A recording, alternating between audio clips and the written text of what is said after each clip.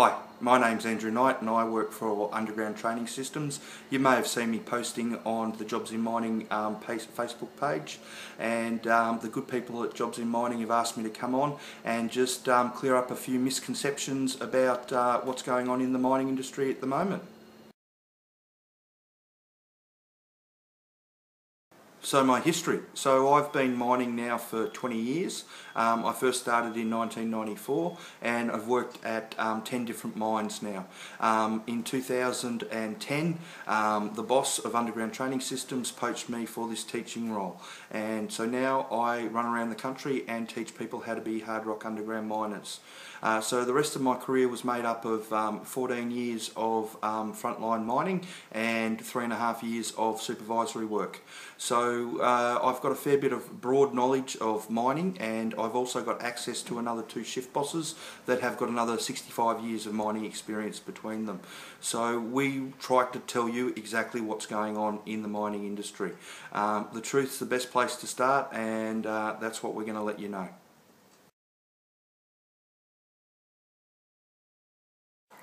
One of the biggest misconceptions about mining is that it's unskilled labour, and that's why people get really upset when they send 200 resumes off and all they get back is that they've got no experience and that they're not going to get hired.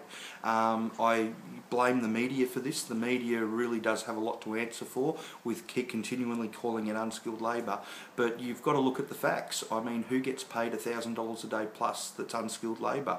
If you're paying somebody $1,000 a day plus to do a job, then they've got skills. They've got real skills that you're paying a lot of money for, and that's the situation in mining, that hard rock underground miners get paid up to $2,000 a day to do their job. And the reason that they get paid that much money, like I said before, is because they've got the mining knowledge that allows them to perform the job.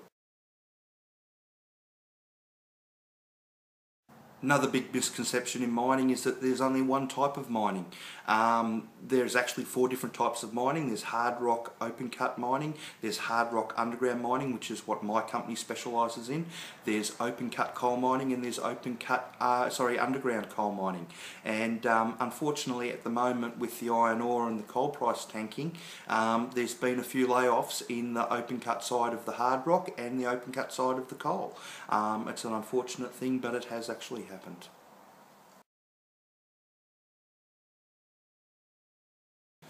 So the dump truck courses that are on offer at the moment, they're primarily for open cut work, and people constantly come to us saying that they've done their dump truck course and that they can't get a job in a mine.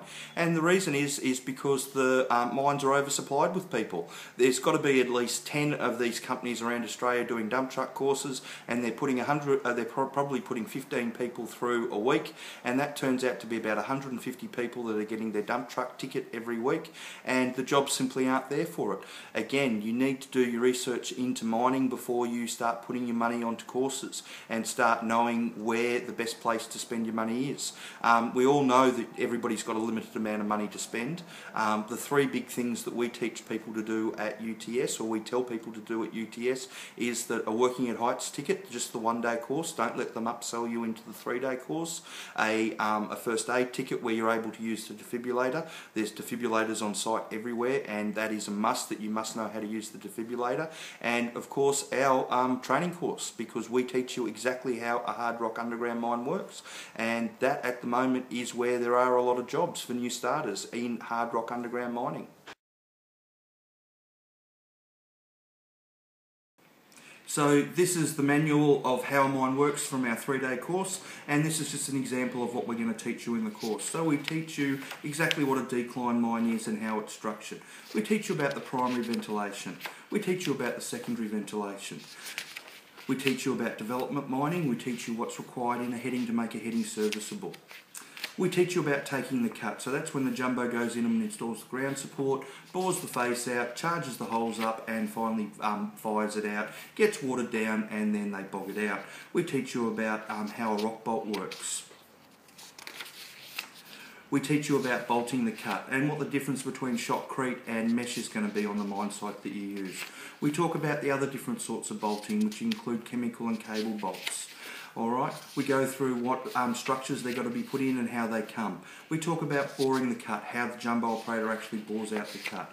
We talk about firing the cut, why reamers are so important to how the cut comes out and how it fires. And we do it in a real-time thing so you can actually see what's going on with the explosion and understand how it's going out. Then we talk about bogging the cut. Then we move on to the process is repeated over and over again, and that's development mining. Then we move into escape ways, why we have escape ways and how we can use them. Then we talk about production mining, and production mining is getting the stopes out. And we talk about the footwall and the hanging wall, how you develop a stope, how you open the stope up, why the remote bogger goes in, how we truck the dirt up to the surface, and then what we do with the empty space once it's opened up. Alright, and we backfill it with paste. Most Australian hard rock underground mines now use paste, and it's a pretty good thing. It fills the old open holes up. And basically, right from the word go, you're getting all the information in how the actual mine works. And that's why our course succeeds, is because we actually teach people how the mine works with constant referrals along the way that reinforces the knowledge that we've given to you.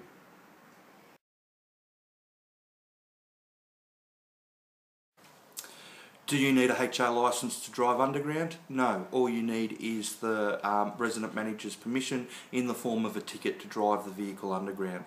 Do you need to work with one on the surface? Yes, you do need a HR licence to work with a dump truck on the surface. The reason being is because the gazetted roads that are running through the middle of the mine site. A gazetted road is a road that the cops can charge you on, and that's why you need the HR licence, because any vehicle that's over 20 tonnes, once that one of those tyres hits the gazetted road, you need a HR licence by law.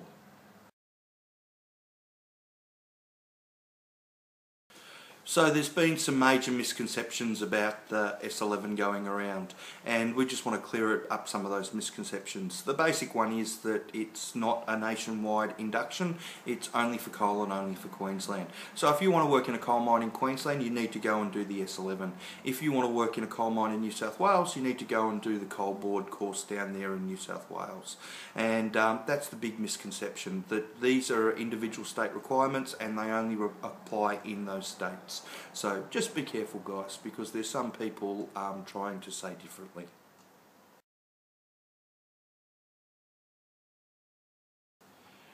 So some of the misconceptions about why people want a police clearance. Some people think that it's got to do with driving offences. It's not. What they want to do and what they're looking for is they're looking for two things. They're looking for grievous bodily harm and they're looking for stealing as a servant.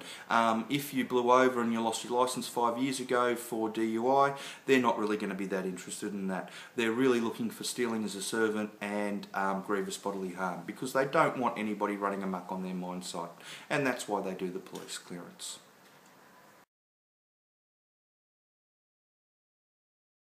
Just wanted to clear up some of the misconceptions about a white card.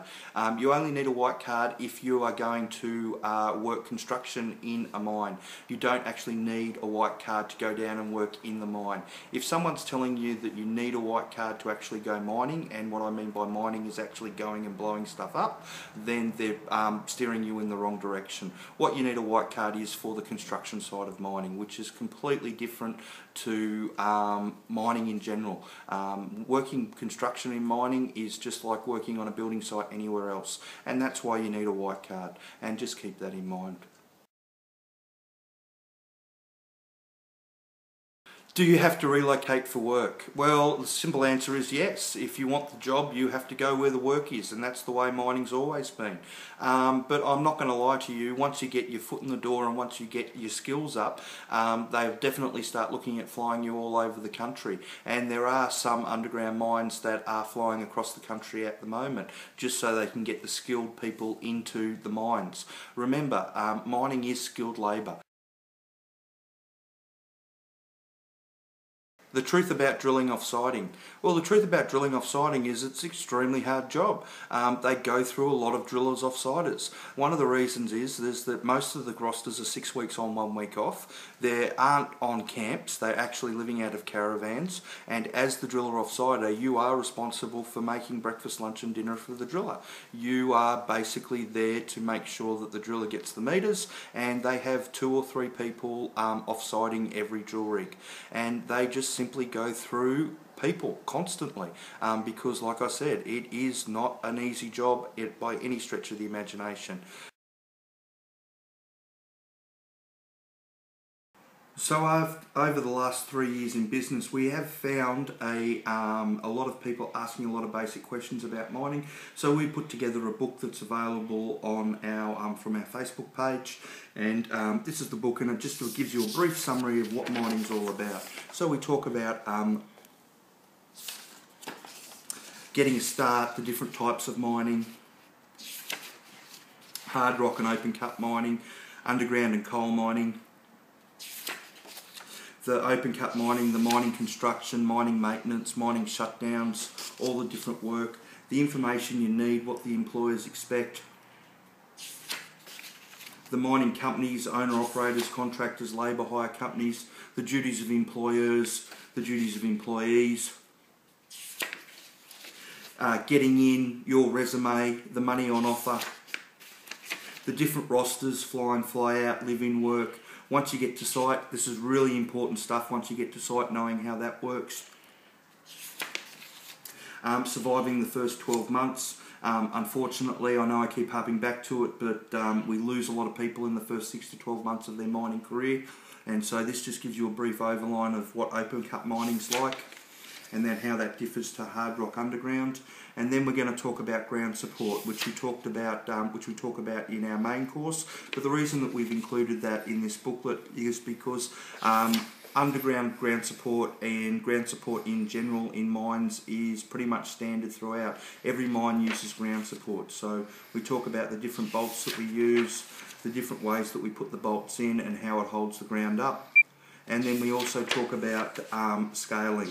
And the reason we talk about scaling is because scaling is one of those things that you have to do on every single mine site.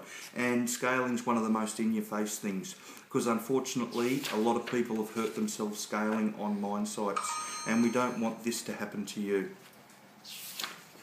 And we talk about what can go wrong, scaling onto machines, and rocks that just fall.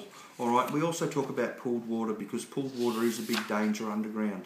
And the reason that we do this is because these are 2 of the most in-your-face things that we talk about of mining, and if this sort of stuff doesn't bother you, then you probably are in for a mining career. But if this sort of stuff bothers you and you look at it and you think, and you read it and you think it's not really for me, then you probably want to give the mining industry a wide berth. So we talk about the courses available. Obviously, we recommend a first aid course and a working at heights course, and of course our introduction to underground mining course, and we also give you a checklist of standard requirements. But that checklist is also available on our website if anybody wants to look it up.